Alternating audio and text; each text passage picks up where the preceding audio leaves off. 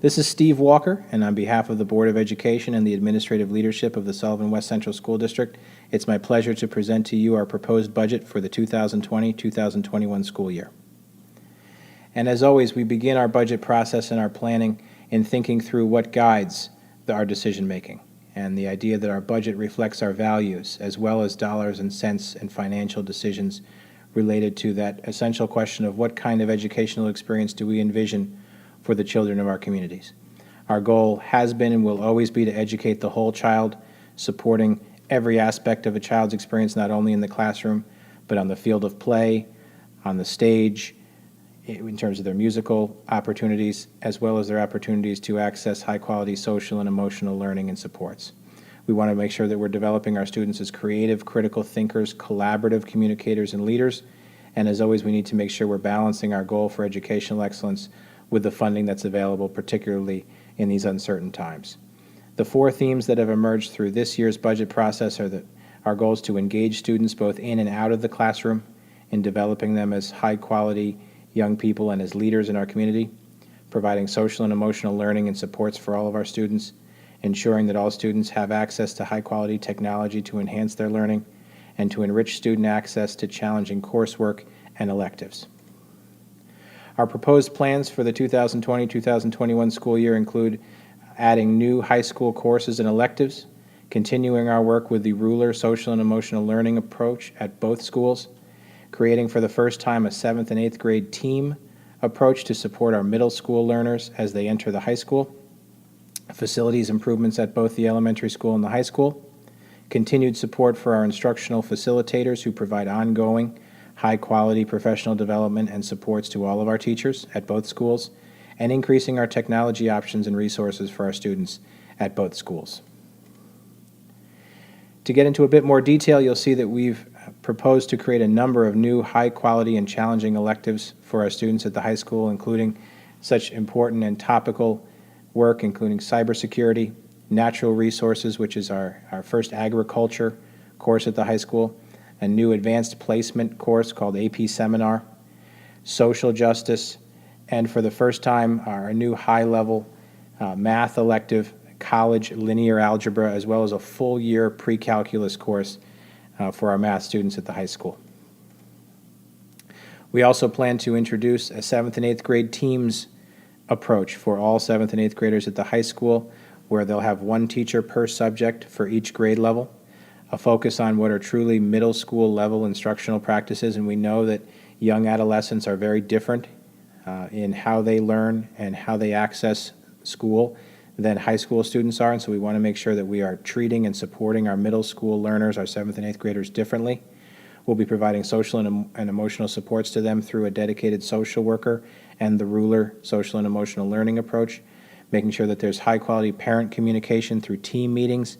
and ensuring that the physical proximity within the building of those 7th and 8th graders is one that makes sense for them, that they have classrooms and lockers that are within proximity to each other. We also plan to make a number of important facilities enhancements, including installation of new fiber optic cable in the 1938 section of the elementary school, tile and painting upgrades in the 94 section of the elementary school, and LED lighting upgrades in the 1961 gym. At the high school, we'll be continuing with our field drainage system installation. This past year, we completed the baseball field project, and our plan through this budget is to complete that drainage system work on the softball field so that both fields are fully usable, even in inclement weather going forward. Beyond that, and I'm sure that many of you are aware of our communication and our recent discovery that there are some health and safety concerns associated with the current rubberized flooring system, which is original to the 1994 gym floor in that section of the elementary school. Our plan is to utilize a one-time use of reserve interest funds of approximately $1.2 million to remove that rubberized flooring system and replace it with a fully safe and supported wood flooring system, which should last us for decades into the future. It is at no additional cost to the taxpayers, but does require approval of the budget for the project to move forward. As with all school districts in New York State, our school district receives our funding for the budget through two primary sources. One is through state aid, and the other is through the local taxpayer support of the budget through the tax levy. This year, obviously, state aid, we believe, will be impacted by a couple of different factors. The first is that even before the COVID-19 pandemic, New York State was facing a $6 billion budget deficit. Now, as we are experiencing the pandemic and all of the financial repercussions of that, we understand that the state will be facing a deficit closer to $60 billion over the next 3 to 4 years, and so we need to anticipate that state aid for our school district and all school districts throughout New York State is going to be impacted by that, not only next year but in the years to come.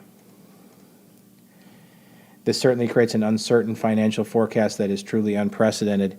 in recent memory in terms of our budget development here in our school district. Governor Cuomo has said repeatedly that the state faces what he's calling a fiscal double whammy due to the loss of revenue and costs associated with COVID-19. And so for the first time, school districts will receive quarterly adjustments of our state aid based on state revenues. And so it is entirely possible that state aid to our school district may be reduced in the middle of the school year next year. And that is something that is truly unprecedented in the history of budgeting in New York State. And so again, it creates a significant amount of uncertainty in terms of what our state aid revenues will be going forward. Our local tax levy for this budget for the upcoming school year anticipates a tax levy increase of 1.98%. This reflects the lowest tax levy increase for our district in the past 3 years and reflects a levy that is below our maximum allowable levy under the New York State tax cap and requires then just 50% plus one vote for approval. 1.98% of a tax levy increase in terms of what it means for our average taxpayers. Example shown here for our taxpayers with homes in the town of Coshocton. Those of you with homes assessed at approximately $100,000 will see an increase of approximately $38 a year in your taxes, or about $3 a month. And for those of you with homes assessed at approximately $200,000, you'll see an increase of approximately $76 for the year, or about $6 a month in taxes associated with this budget. You'll see here how our 1.98% proposed tax levy increase finds us within the rest of the district in our county. You'll see we're essentially in the middle, with districts projecting increases higher than ours and others projecting increases close to ours or below ours. We believe that this is right where we'd want to be in terms of being able to continue to offer what we are confident is the premier educational experience for students in our county, while at a tax rate that is very comparable to the rest of our county. As we go through our budget process each year, we make sure that we find efficiencies and places where we can reduce our costs in order to continue to provide new opportunities for students and to be fiscally responsible to our community. Through this budget, we'll be making reductions in several areas, starting with creating our own summer program for certain students with special needs who have requirements that they receive instruction over the 12-month period. In prior years, we've been paying our local BOCES to provide supports to those students. We plan to provide the supports to those students within our in-house faculty and project a savings of approximately $60,000 associated with that. We will also be reducing a number of teacher aide and teaching assistant positions. We have a number of really high-quality staff members in these job categories who will be retiring at the end of June. And out of those 7 replacements, 5 of those full-time positions will not be replaced through this budget. Even with those reductions, we'll be able to continue to meet all of our special education mandates for our students with special needs and project a savings of more than $150,000 associated with those staffing reductions. Additionally, we'll be reducing an elementary school teacher position. That will also occur through attrition, with one of our elementary school teachers retiring at the end of June. We'll be shifting one of our support specialists into that classroom teacher assignment, and so the number of elementary classroom sections will remain the same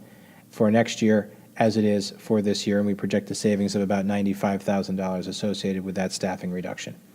We'll also be reducing a cleaner position and project a savings of about $40,000, and so in total, we'll be reducing 7 full-time staffing positions through this budget. We'll also be reducing our BOCES human resources contract payments and assigning human resources work to one of our in-house staff members and project a savings of about $10,000 associated with that change. As always, there are a number of significant cost drivers for our budget, and you see 5 of them here: health insurance costs, our transportation contracts, our salaries for all employees, and our required contributions to the teachers' retirement system and the employees' retirement system. To summarize our budget, I am proud to present the 2020-2021 school district budget that does a number of things for our students, including increasing electives and course options for them, creating a team approach for 7th and 8th grade students as they enter our high school, provides high-quality instructional coaching, professional development support for teachers at all levels, continues to integrate technology and the required support at all levels for our students, provides for the replacement of the 1994 gym floor at the elementary school with a new wooden flooring system, and is able to do all that while remaining well within the New York State tax cap. You'll see there our total anticipated budget, as well as our anticipated tax levy increase. And I think it's important as we close this budget presentation to summarize what's at stake as you consider your decision with regard to support for this budget. Support for this budget means support for programs and services for our students, as well as providing funding for the school district to minimize reductions to the instructional program if state aid is reduced during the course of the upcoming school year, provides our district with a sense of fiscal stability during an incredibly uncertain time, and provides approval for the removal and replacement of the elementary school's 1994 gym floor. If the budget were to be defeated, school districts have not yet received any guidance from Governor Cuomo as to whether or not we would be able to hold a second vote. Without that guidance, it is our assumption that we will not be able to hold a second vote, and if the first budget vote is defeated, we will be required by law to adopt a contingency budget. By law, a contingency budget would mean the loss of hundreds of thousands of dollars in funding for our school district, and we would also not have the approval that is required to remove the 1994 gym floor. This time, of course, through an executive order from Governor Cuomo, how we vote has also been changed, and so the vote for this year by executive order must take place exclusively by absentee ballot. All eligible and qualified voters will be mailed a ballot along with a self-addressed stamped envelope, and all ballots received by 5 p.m. on June 9th will be counted as part of the budget vote total. We thank you for your time and your engagement in this incredibly important budget process for our school district. I encourage you to check both your mail and the school district's website for further information with regard to the budget. And if you have any questions leading up to your vote on the budget, please feel free to email us at budget@swcsd.org, or you can email me, Walker, STE, @swcsd.org. Thank you very much, Bulldogs.